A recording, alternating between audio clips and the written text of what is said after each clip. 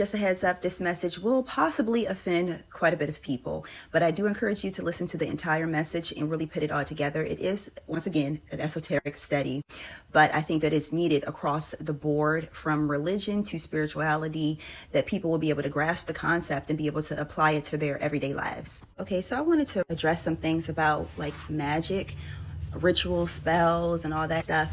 So it took me a while to really grasp this concept as I worked on myself, that magic isn't the last resort to turn to when you want something done quickly and you have not been working in the spiritual realms at all.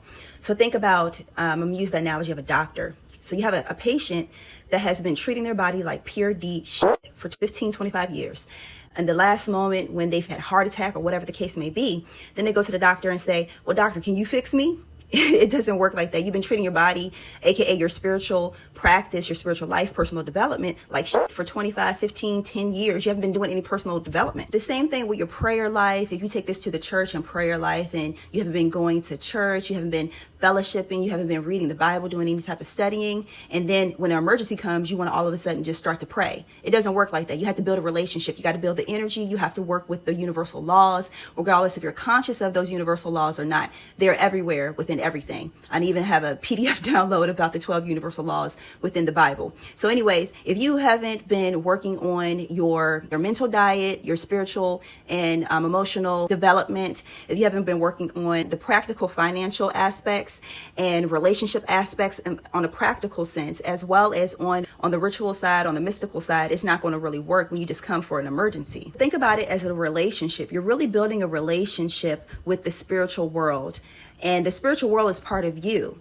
So really, on another level of how to explain this, is all within you. You're taking your practical side, the practical side of your mind, and pairing it with the spiritual side, or the intuitive side of yourself, the feminine and the masculine that work together. If you just have been dealing in the masculine part of yourself, the conscious part of your mind, you haven't done any subconscious work, it's not going to work. You have to build that relationship. You got to build the relationship with both sides of yourself. You got to build the relationship with the spirit realm. You got to build a relationship with God. You got to build a relationship like no different than you building a relationship with a person. Let's just take this to like magic and rituals and a quick fix, but you haven't done any spiritual or mental development, and you go to do a quick fix. Either it won't work, or either if it works, usually you have to do a great deal of sacrificing on the other side. That's where you have like where people would blame like dark arts, and they will have to do some type of sacrificing because they haven't offered any type of retribution on the spiritual side.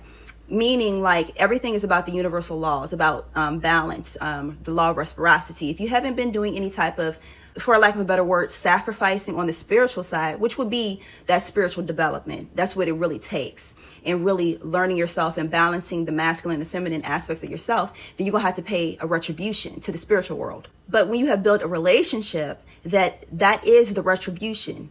That's the retribution there. That's the sacrifice of praying, the sacrifice of studying, the sacrifice of diving into the subconscious mind and really figuring out why in the world are you in this predicament in the first place, and how to address it and prevent it from happening again.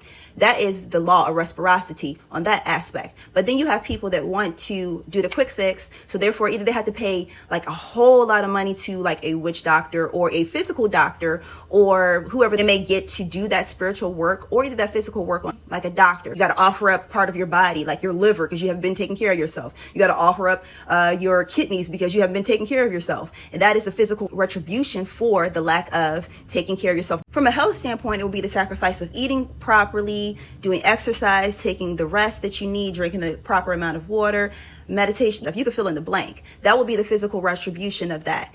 But people want the quick fix. So they go to the doctor, get the pills, blah, blah, blah, blah, all of that stuff like that. This will be a person that they have a bill due really quickly, or either they have fallen into debt, or they're about to get a repo. So therefore they go to try to do magic real quick, and either it doesn't work, or either they have to pay someone a tremendous amount of money to get something taken off their record, or to prevent for something happening. And that is the retribution for it. When in exchange for it, you could have just been building and working on yourself. So therefore you won't repeat the same mistake over again, and you can build. Now, some people may have a problem with what I'm about to say, or maybe this whole message is all together, but I'm going according to what the Spirit has me to do. Okay, so let's take this to a church standpoint.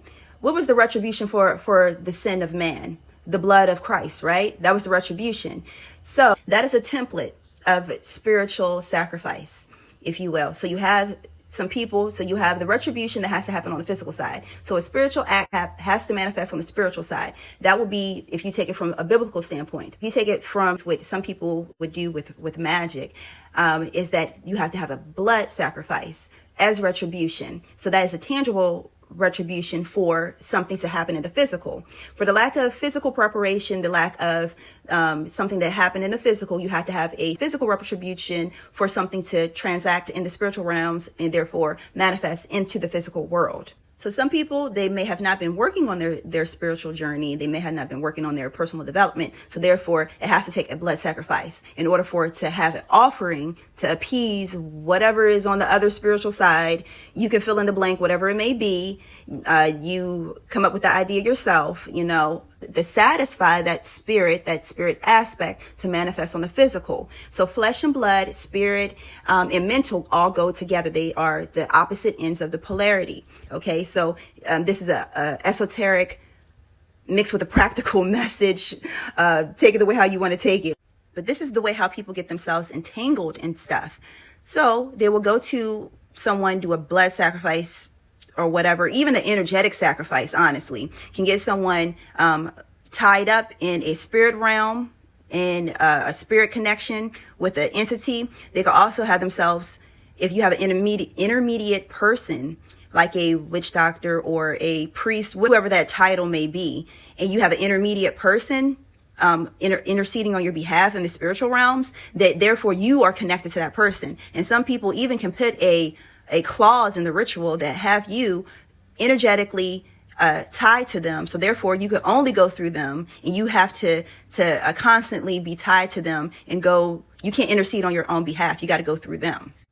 So when you are doing whatever practice it may be, it could just be a simple prayer practice. It could be a magic practice, whatever it is, you're still practicing something. You can practice anything. Everything is a practice. That just means that you're doing it habitually. So whatever it may be, just know that you need to have your spiritual antennas up, and you need to do the work to connect to your spiritual aspect, aka the subconscious aspect of yourself. And it is okay to have an intermediate person, but you're going to have to do the work for yourself eventually. If you think about school, and a person's going through school, they have to study, they have to take tests, they have to pass those tests, so therefore they can go to the next grade.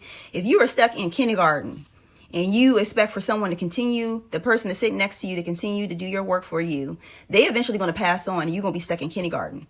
So think about life as the school is a school. You're going to have to pass through those different grades, those different tests and trials yourself. So you're going to have to learn how to step up to the plate. That's why a lot of people are really lost, because they're not working on themselves. They're so caught up in the physical realms instead of really working on their mental, their emotional, as well as their spiritual, because we're really all of the above. We're not just physical, really. We're spiritual, with mental and emotional and psychological aspects to ourselves that manifested into the physical. So this temple is just a temple, but I have all these other different phases and different layers to myself, the same with you. So you can't have somebody do all your spiritual work for you. Eventually you're going to have to do it yourself. Otherwise you're going to have to reap those lessons on your own. So with that being said, you can take this to health. You can take this to spirituality. You can take it to magic. Whatever it is, you're going to have to do some level of work on yourself in order for you to master your life. You can't be dependent on somebody else to do and live your life for you. With anything that I do, I always try to just inform, regardless if it's my information or services or products or whatever, teaching tools. I always try to give the information for the person to use for themselves. So therefore they can become self-sustaining, and therefore they can go out and do their divine purpose. I don't want people to be relying on me. Okay. I'm not God. Okay. I am my own God, but or goddess or goddess, but I am not God for you. And nobody should be looking towards somebody else to be their God or goddess. Okay. All right. Peace.